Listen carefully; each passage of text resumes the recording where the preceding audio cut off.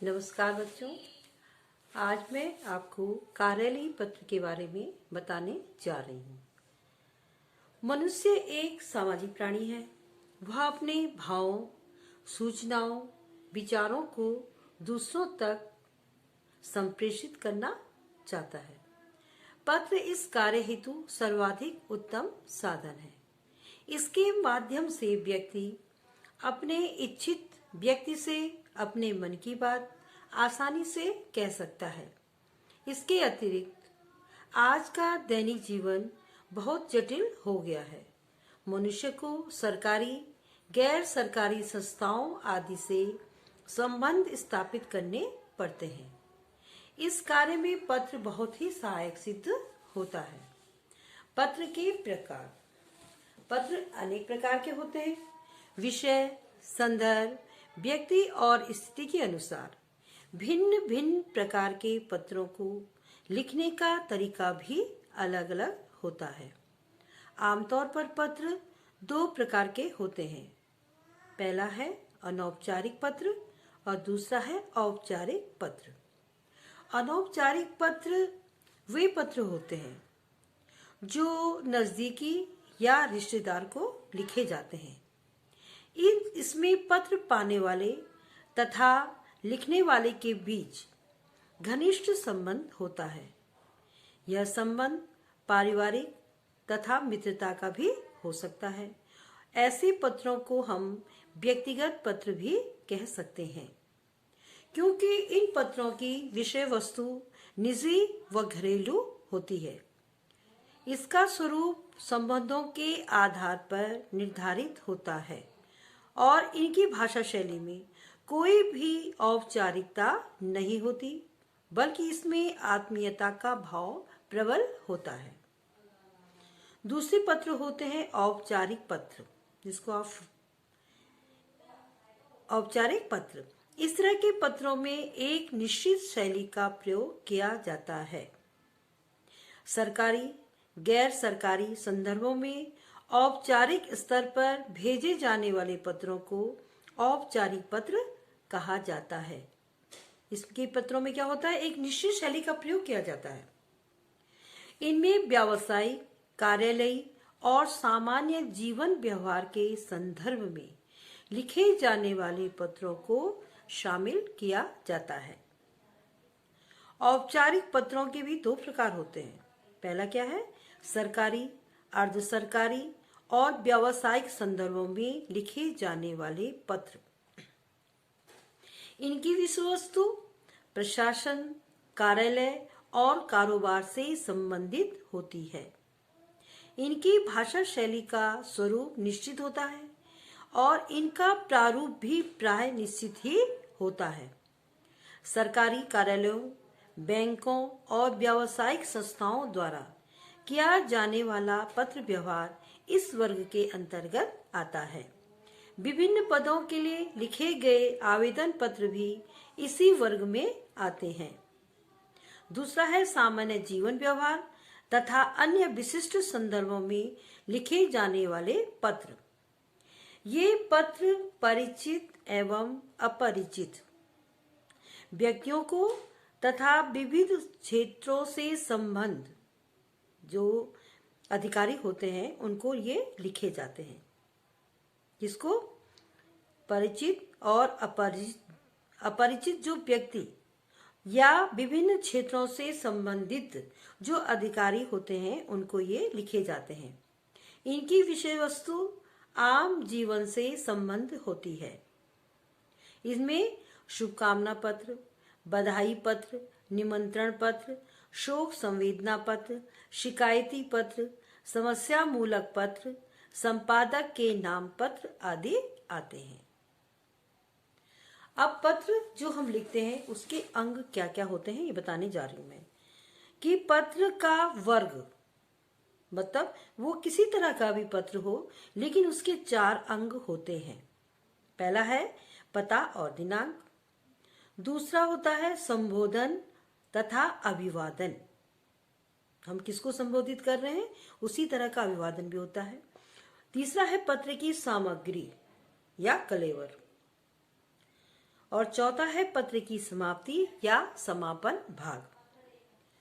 पता और दिनांक जो पहला है वो पत्र के बाईं ओर, अनौपचारिक पत्र के बाईं ओर ऊपर कोने में पत्र लेखक का पता लिखा जाता है और उसके नीचे तिथि दी जाती है, तिथि दिनांक। और औपचारिक पत्र में बाईं ओर प्रेषक के विभाग का नाम, पता व दिनांक दिया जाता है और इसके बाद बाईं ओर ही प्राप्तकर्ता का पद, नाम, विभाग आदि दिया जाता है। समझ में आ गया कि पता और दिनांक अनौपचारिक पत्र के बाईं ऊपर ही कोने में लेफ्ट साइड में पत्र लेखक का पता लिखा जाता है और उसके नीचे उसकी तिथि दी जाती है, दिनांक। और जो औपचारिक पत्र उसमें भी बाईं ओर प्रेषक माने जो भेजने वाला, प्रेषक के विभाग का नाम, पता व दिनांक दिया जाता है और इसके बाद बाईं ओर ही प्राप्तकर्ता का नाम, पद, विभाग आदि दिया जाता है। दूसरा है संबोधन तथा अभिवादन।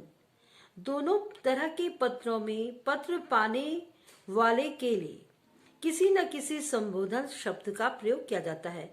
हम किस तरह से उसको संबोधित कर रहे हैं, किस तरह से हम उसको बुला रहे हैं। तो जैसे पूज्य, आदरणीय, पूजनीय, प्रियवर, मान्यवर, महोदय, महोदया, श्रीमान आदि। औपचारिक पत्रों के संबोधन से पहले पत्र का विषय अवश्य लिखा जाता है। हमें विषय लिखना होता है कि किस पत्र में हम किससे संबंधित हम पत्र लिख रहे हैं। अनौपचारिक स्थिति में प्रिय संबोधन का प्रयोग निम्नलिखित स्थितियों में किया जाता है: अपने से छोटों के लिए, अपने बराबर वालों के लिए, घनिष्ठ व्यक्तियों के लिए। औपचारिक स्थिति में मान्यवर, प्रिय महोदय, महोदया, सुश्री, नाम या उपनाम, प्रिय नाम, श्री आदि। दूसरा है औपचारिक पत्रों में पद नाम के बाद अल्प विराम का प्रयोग नहीं किया जाता। जो औपचारिक पत्र होते हैं, पद नाम के बाद अल्प विराम का प्रयोग हम नहीं करते हैं। और अनौपचारिक पत्रों में अपने से बड़ों के लिए नमस्कार, नमस्ते, प्रणाम जैसे अभिवादनों का प्रयोग होता है, जबकि औपचारिक पत्रों में इस तरह के अभिवादन की जरूरत नहीं होती। अभिवादन शब्द लिखने के बाद पूर्ण विराम अवश्य लगाना चाहिए, जैसे पूज्य पिताजी, प्रणाम। पूज्य पिताजी को हम पत्र लिख रहे हैं तो क्या है, पूज्यवर, पूज्य लिखेंगे ना, पूजनीय पिताजी, पूज्य पिताजी। और उसके बाद जब से हम उनको अभिवादन कर रहे हैं प्रणाम, तो उसमें क्या होगा, पूर्ण विराम लगेगा। तीसरा है पत्र की सामग्री या कलेवर, उसका क्या होता है। अभिवादन के बाद पत्र के मूल विषय या कथन लिखना चाहिए। इसे हम इसीलिए कलेवर भी कह सकते हैं। इसमें हम क्या करते हैं, अपनी बात कहते हैं। तो कलेवर की जो भाषा होनी चाहिए वह सरल होनी चाहिए और वाक्य छोटे छोटे होने चाहिए। बातों का अर्थ स्पष्ट होना चाहिए और इसको बहुत विस्तृत भी नहीं होना चाहिए। सरकारी पत्र में यदि काटकर कुछ लिखा जाता है तो उस पर छोटे हस्ताक्षर कर देने चाहिए। पत्र में पुनरुक्ति नहीं होनी चाहिए, बार बार वही बात दोहरानी नहीं चाहिए।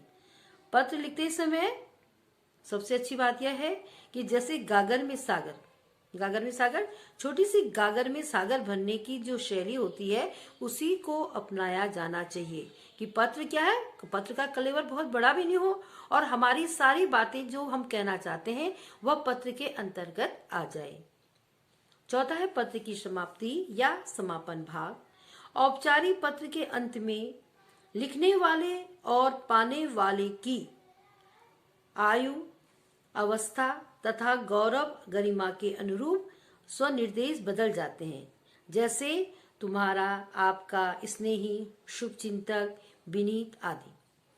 और औपचारिक पत्रों का अंत प्राय निर्धारित स्वनिर्देश के द्वारा होता है, जैसे भवदी, आपका, शुभेच्छु, शुभेच्छु आदि।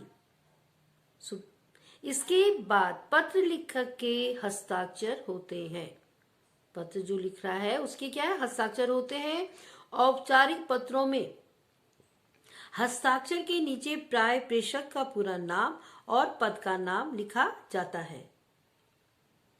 एक बात मैं विशेष रूप से बताना चाहूंगी कि परीक्षा में पत्र लिखते समय प्रेषक के नाम के स्थान पर क ख ग नाम नहीं लिखा जाना चाहिए और पते के स्थान पर परीक्षा भवन तथा नगर के स्थान पर अ ब स लिख देना चाहिए। यह परीक्षा के लिए उपयुक्त होता है क्योंकि इससे उत्तर पुस्तिका की गोपनीयता भंग नहीं होती है। तो क्या करना है, हमें प्रेषक के नाम की जगह में क ख ग लिखना है, पते के स्थान पर परीक्षा भवन क्योंकि हम परीक्षा भवन से उपत्र लिख रहे हैं, तथा नगर के स्थान पर अ ब स लिखना चाहिए। अब बच्चों मैं यहाँ पे समाप्त कर रही हूँ। अलग अलग विभागों के लिए, अलग अलग लोगों के लिए किस तरह से पत्र लिखा जाता है ये आप समझ गए होंगे। नमस्कार।